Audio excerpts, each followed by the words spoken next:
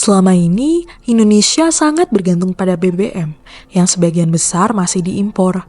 Kenaikan harga minyak dunia dapat menyebabkan harga BBM di Indonesia naik, yang kemudian dapat memicu inflasi, kenaikan harga-harga barang, dan peningkatan angka kemiskinan. Pemerintah merasa bahwa salah satu solusi dari permasalahan ini adalah mengganti kendaraan berbahan bakar minyak dengan kendaraan listrik.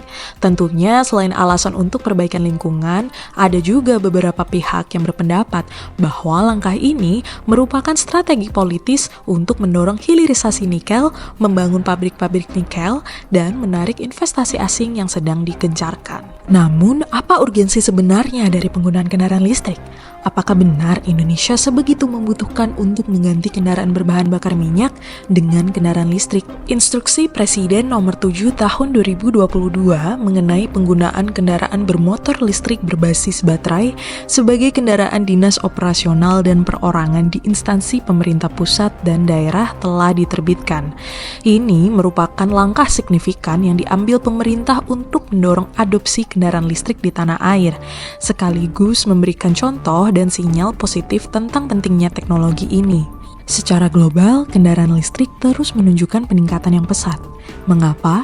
Karena kendaraan ini membawa dampak positif bagi lingkungan. Mereka mengurangi polusi udara yang dihasilkan dari pembakaran bahan bakar fosil dan mengurangi emisi gas rumah kaca, yang merupakan faktor utama dalam perubahan iklim. Selain itu, kendaraan listrik mengurangi ketergantungan kita pada bahan bakar minyak yang bisa memperkuat ketahanan energi nasional. Apakah Indonesia siap untuk menyongsong era kendaraan listrik? Pemerintah Indonesia telah menetapkan target 2 juta mobil listrik dan 13 juta motor listrik pada tahun 2030 melalui Peraturan Presiden nomor 22 tahun 2017 tentang Rencana Umum Energi Nasional dan Grand Strategi Energi Nasional. Hal ini tidak hanya bertujuan untuk mengurangi emisi karbon hingga sekitar 1,1 juta ton CO2, tetapi juga menghemat devisa dari impor BBM sebesar 1,8 miliar US dollar. Untuk mempercepat program kendaraan listrik, Peraturan Presiden nomor 55 tahun 2019 telah diberlakukan. Regulasi ini mencakup pengembangan industri kendaraan listrik dalam negeri, pemberian insentif, penyediaan infrastruktur pengisian listrik, dan pengaturan tarif listrik untuk kendaraan listrik, serta pengelolaan limbah baterai untuk melindungi lingkungan. Target produksi dalam negeri tercantum dalam Peraturan Menteri Perindustrian Nomor 6 Tahun 2022. Dalam regulasi ini, target kuantitatif pengembangan industri kendaraan listrik dipatok sebanyak 400.000 unit kendaraan listrik roda 4 atau lebih, serta 6 juta unit kendaraan listrik roda 2 dan 3 pada tahun 2025. Meski demikian, status terkini masih jauh dari target yang telah ditetapkan. Hingga Mei 2024, jumlah kendaraan listrik yang mendapatkan sertifikasi registrasi uji tipe baru mencapai 144.000 unit, yang terdiri dari berbagai jenis kendaraan listrik. Kapasitas produksi kendaraan listrik di Indonesia per tahun juga sudah cukup signifikan, yaitu 2.480 unit bus, 14.000 unit mobil listrik, dan 1,04 juta unit kendaraan roda 2 dan 3 listrik. Namun, tantangan terbesar dalam pengembangan kendaraan listrik di Indonesia adalah biaya baterai, yang merupakan komponen signifikan dari total biaya kendaraan listrik. Peran Indonesia Battery Corporation atau PT Industri Baterai Indonesia sangat penting dalam hal ini. Selain itu, investasi asing seperti dari konsorsium LG Energy Solution juga diharapkan bisa memperbaiki ekosistem kendaraan listrik di Indonesia. Infrastruktur pengisian daya menjadi aspek penting lainnya.